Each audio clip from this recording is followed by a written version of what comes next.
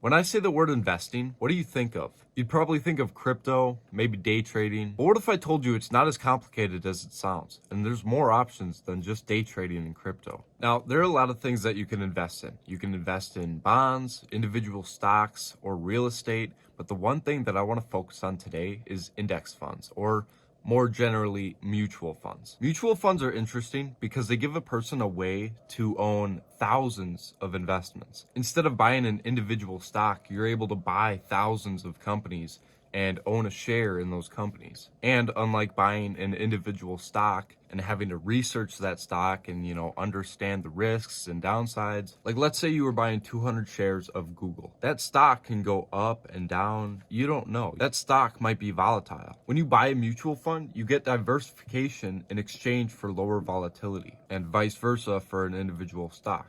Another great thing about mutual funds is that you can set up automatic investing. So every week or every 2 weeks you get paid, a set amount of money of that paycheck would just go into that account and you wouldn't even have to think about it. So I've been doing this for about 9 months and just contributing weekly, just staying consistent. And this isn't even like crazy 80-hour work weeks. No, this is like a 9 to 5, just saving your money, just not spending it on stupid stuff. Okay, so we're here in my Fidelity account, and if I just go to my taxable brokerage, I can find all the positions that I hold. So we got FS Max, FC Ilks, FC Rocks, and QQQM. And right now, I'm pretty much in the green, even though it says down 0.10%. You can't focus on what changes in a day. You have to focus on how it looks in a year, 5 years, 10 years.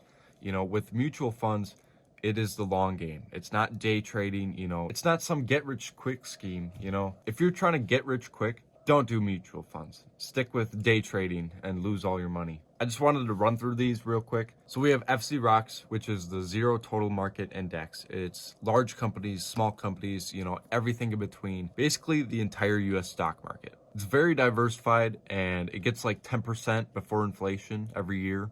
And it's literally free. So now we have FC Ilks, which is the Zero International Index. This is European and other foreign stocks like Toyota, Samsung, stuff like that. And a good reason to have this in your portfolio is because nobody knows whether the US will be the best performing market forever, And even if the US stays at the top, buying FC Ilks doesn't actually hurt you. Next, we have FS Max, which I stopped buying because it overlaps with FC Rocks like a lot. But basically, it's everything in the US that's not in the S&P 500. Lots of mid-cap companies, small-cap companies. But yeah, if you already own FC Rocks, FS Max overlaps it a little, so just think about that. Now, QQQM is the interesting one because it's high growth, volatile stocks. Apple, Nvidia, Google, stuff like that. It's basically the mutual fund of technology. Now we'll go to my Roth IRA and you'll see here, it's basically the same positions that I'm holding in the taxable brokerage. The reason I'm doing that is because these mutual funds are pretty much the best that you can buy.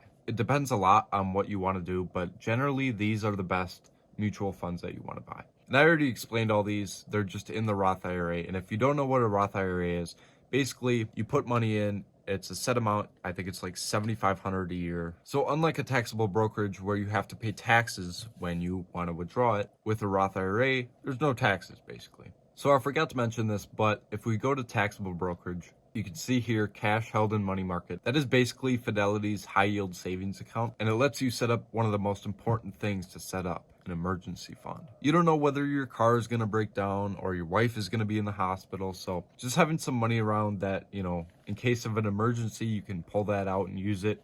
Definitely an important thing to consider. Now, the last thing I want to talk about is the cash management account. So when you set this account up, Fidelity will mail you a debit card, and that debit card is linked to your emergency fund. And that allows for flexibility and, if you got to move money around, spend money in an instant, and the money moves instantly, so that's cool. So that's pretty much what I wanted to talk about today. There's a little more on Fidelity that I could have talked about. I might make another video talking about the automatic investing. I didn't talk about that much. So if you have any questions or advice, let me know down in the comments, and I'll see you next time.